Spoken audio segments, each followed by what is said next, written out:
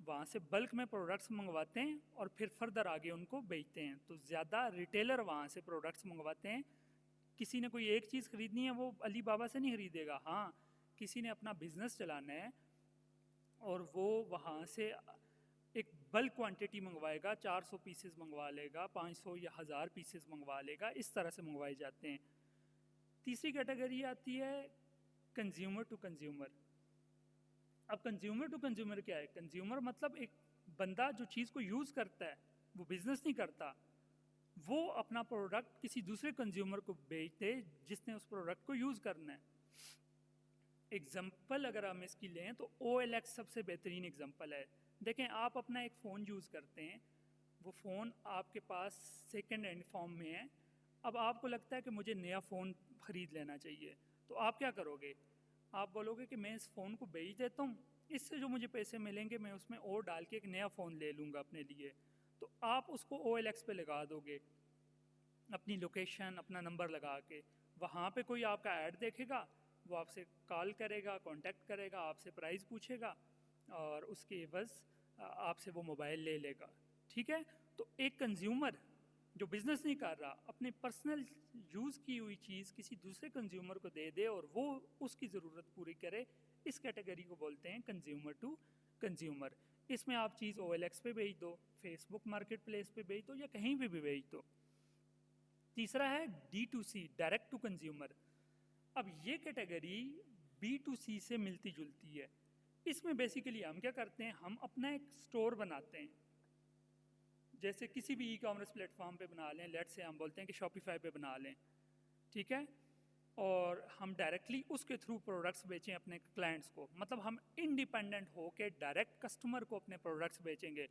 جو اوپر والی دو کیٹیگریز ہیں نا, بی ٹو سی, جس کے ساتھ یہ کیٹیگری کمپیئر ہو رہی ہے, اس میں دراز اور امیزون پہ آپ پروڈکٹ بیچتے ہو, لیکن آپ کو ان کی پالیسیز کو فالو کرنا پڑتا ہے. دراز اور امیزون کی جو پالیسیز ان کی ہیں, آپ کو ان کے اگینسٹ چلنا پڑے گا. یہاں پہ آپ کا اپنا سٹور ہوتا ہے اور آپ کو پالیسیز کو اتنی سخت نہیں ہوتی.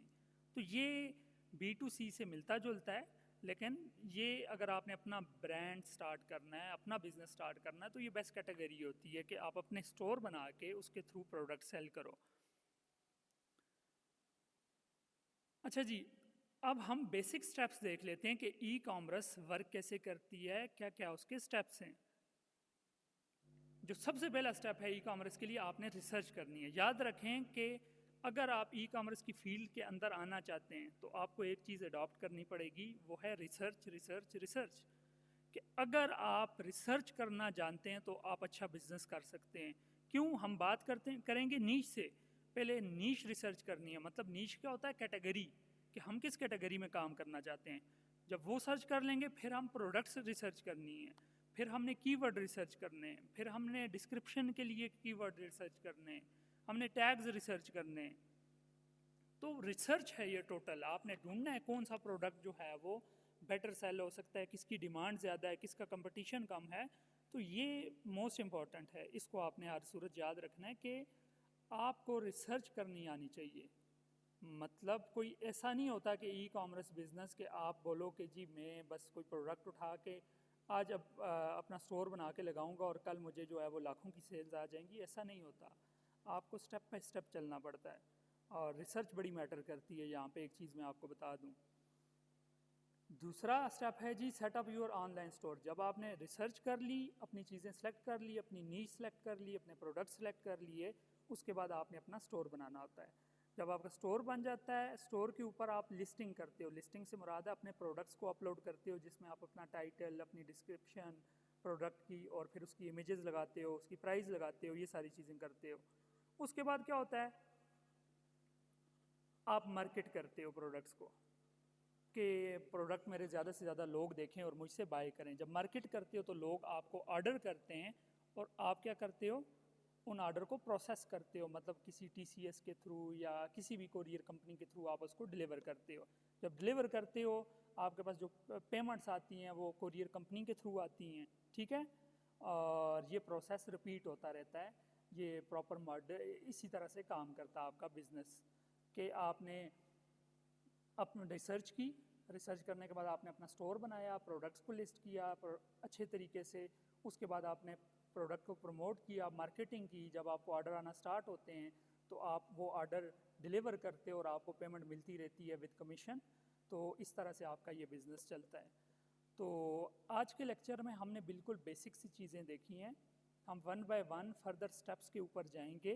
آگے ہم دیکھیں گے باقی کون کون سی کیٹیگریز ہیں، نیش ریسرچ کیسے کرنی ہے آپ نے، پروڈکٹ ریسرچ کیسے کرنی ہے، اور کیسے آپ نے اسٹور بنانا ہے، کیسے اچھا اسٹور بنانا ہے، کن کن چیزوں کا خیال رکھنا ہے.